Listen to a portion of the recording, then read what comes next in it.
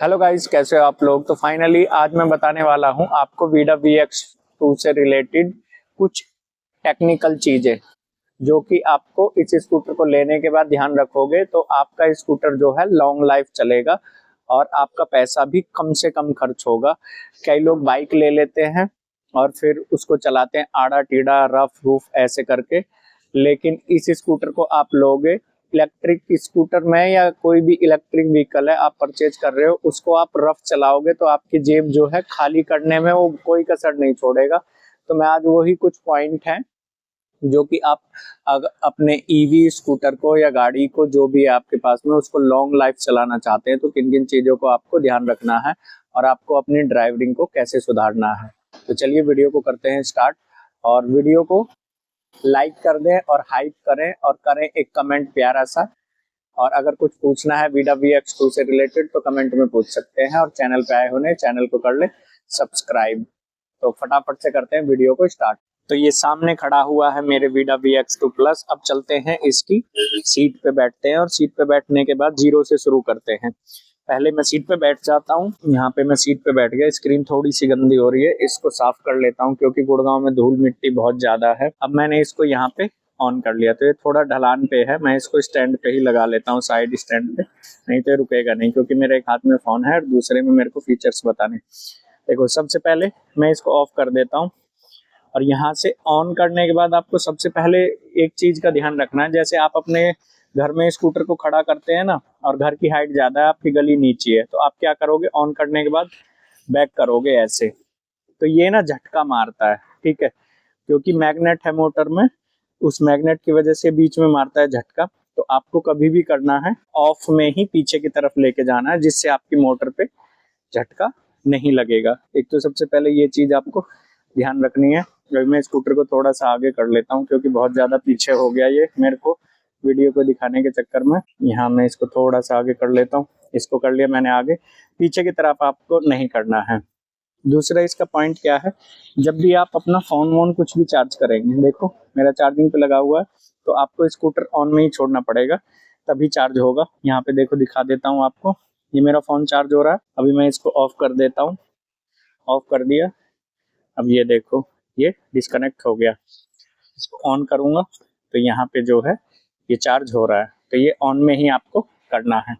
एक चीज जो है, कई लोग कहते हैं क्वालिटी में कुछ इश्यू है, ये स्टैंड है इसका, साइड स्टैंड बहुत ही सॉफ्ट है। मैं कोशिश करता हूँ इसको आपको हाउ करके, मैंने स्कूटर को एक हाथ से खड़ा किया, एक हाथ में फोन, देखो ये बिल्कुल सॉफ्ट है।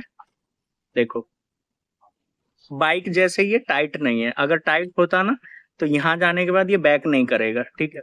ये सॉफ्ट क्यों है उसका कारण बता देता हूँ। देखो ये रबड़ लगा हुआ है और यहाँ पे लगा हुआ है इसका सेंसर, ठीक है।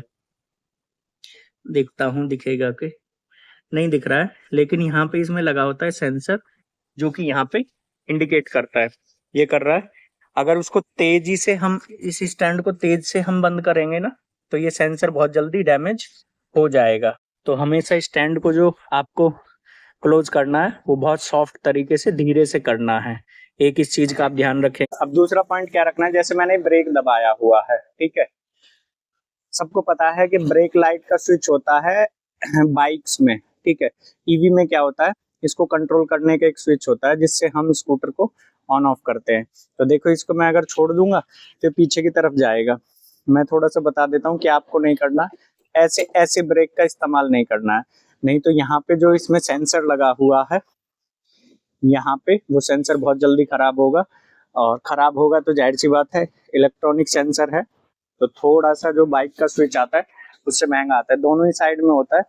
इसको ब्रेक प्रेस करके ये स्टार्ट वाला बटन दबाएंगे तो ये रनिंग मोड में आता है, और ये वाला दबाने के बाद अगर हम स्टार्ट मोड को दबाएंगे तो भी ये रनिंग मोड में बड़ी ही आसानी से आ जाता है। और मैंने कई लोगों को देखा है जब वो कुछ भी चलाते हैं, बाइक चलाते हैं, स्कूटी चलाते हैं, थ्रॉटल को बहुत जल्दी अप एंड डाउन करते हैं। ईवी में ये नहीं करना है, हमेशा थ्रॉटल को धीरे से देना है, और जब भी आपको ब्रेक अप्लाई करना है तो बहुत धीरे से इसको छोड़ देना है ताकि अपनी पोजीशन पे वापस से चला जाए। थ्रॉटल का ध्यान रखना है, और खासकर एक चीज और रखना है, कई लोग है ना थ्रॉटल खींच लेते हैं और ब्रेक यूं ही दबा देते हैं, और वो थ्रॉटल खिंचा हुआ है, देखो ऐसे थ्रॉटल खिंचा हुआ है और ब्रेक भी दबा हुआ है, तो आपकी मोटर पे जो है कंटिन्यू प्रेस है बैटरी का, इससे बैटरी परसेंटेज भी जल्दी जाता है और आपकी मोटर की भी लाइफ इससे कम होती है।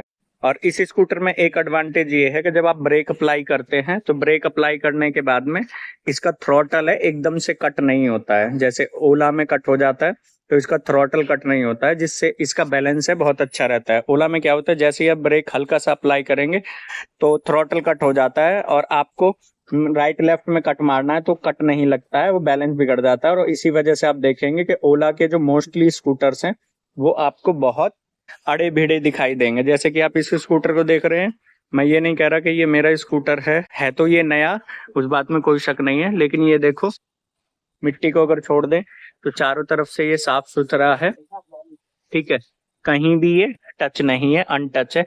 बस ये यहाँ से फुटरेस्ट टूटा हुआ है तो उसकी गलती क्या है, ये इसका ये वाला कोना जो है एक अंकल ने अड़ा दिया था तो ये ऐसे हो गया, और ये था प्लास्टिक का तो ये यहाँ से क्रैक हो गया, नहीं तो ये अनटच है सिर्फ इसी वजह से कि इसमें जो है ब्रेक अप्लाई करने के बाद इसका थ्रॉटल जो है वो काम करता रहता है। पीछे मोटर की तरफ एक पॉइंट है, ये वाला देखो, ये पॉइंट आप देख रहे हो, ये ब्रेक वाला, इस हमेशा ध्यान रखना है।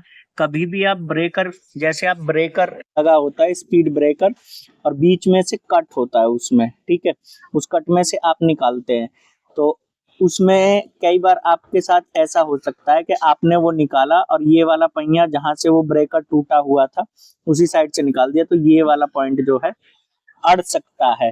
तो आप कभी भी इसको निकालें ब्रेकर, कटे हुए ब्रेकर साइड से, तो ध्यान से निकालें कि ये वाला पॉइंट नहीं अड़े, नहीं तो ये अड़ेगा तो ये सीधा जो इसकी पत्ती है ये सीधा टूट जाएगी।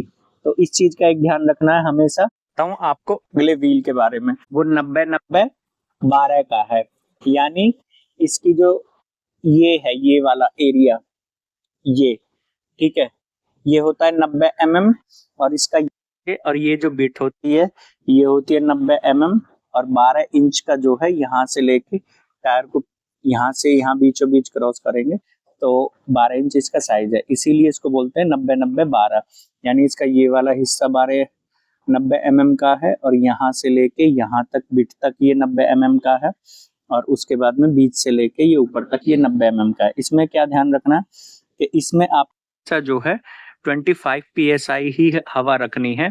आप इसमें ज्यादा हवा रखोगे तो आपका हैंडल बहुत ज्यादा ऐसे जर्क करेगा और उससे क्या होगा कि आपकी बाइक जो है ना आगे से स्किड करने के चांसेस बढ़ जाएंगे। इस चीज का हमेशा ध्यान रखें, क्योंकि इसमें आगे है डिस्क ब्रेक और डिस्क ब्रेक वाले पहियों में आगे जब हवा ज्यादा होती है तो वो स्किड करने के चांसेस इसमें बहुत ज्यादा बढ़ जाते हैं। ये बारे में बताता हूँ।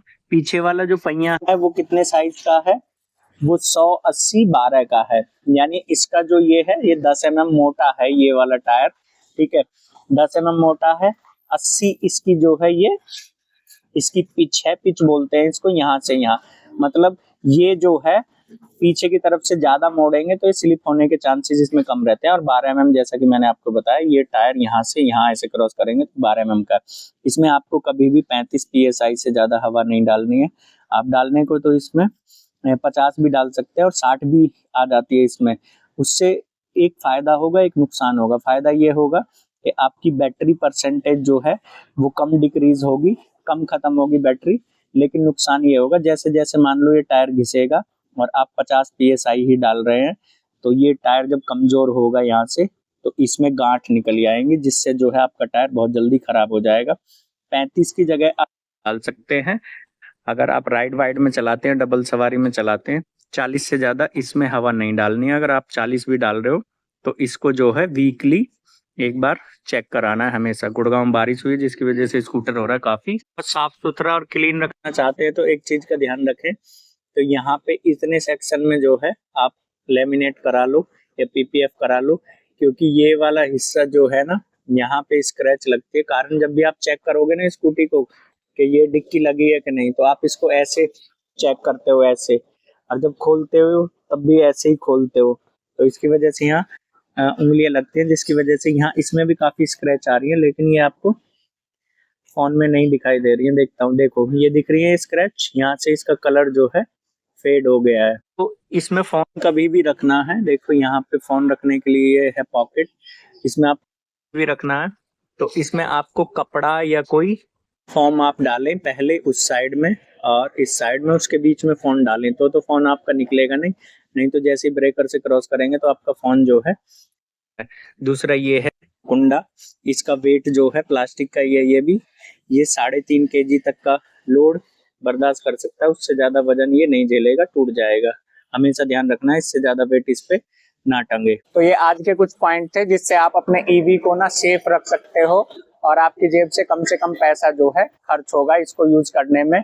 इस तरीके से आप चलाओगे तो आपकी स्कूटी जो है लॉन्ग लाइफ चलेगी, दिक्कतें समस्या भी नहीं आएंगी, आपको बार बार शोरूम के चक्कर नहीं काटने पड़ेंगे। और जैसा कि सभी को पता है ईवी में जो है हर शोरूम पे जो है आपको मिस्त्री नहीं मिलेगा, अभी कुछ सिलेक्टेड जो है शोरूम्स हैं जहाँ पे आपको ईवी का जो है सर्विस मिलेगा। गुड़गांव में भी 2 या 3 ही है, जबकि यहाँ पे शोरूम जो है 100 से भी ज्यादा है। ठीक है, तो इस चीज का आप ध्यान रखिएगा हमेशा। कई बार कंडीशन ऐसी हो जाती है कि आप रहते हो शोरूम से 30-40 किलोमीटर दूर, आप ठीक कराने आए हो और आपको आने के बाद पता चला है कि वहाँ पे पार्ट्स ही अवेलेबल नहीं है।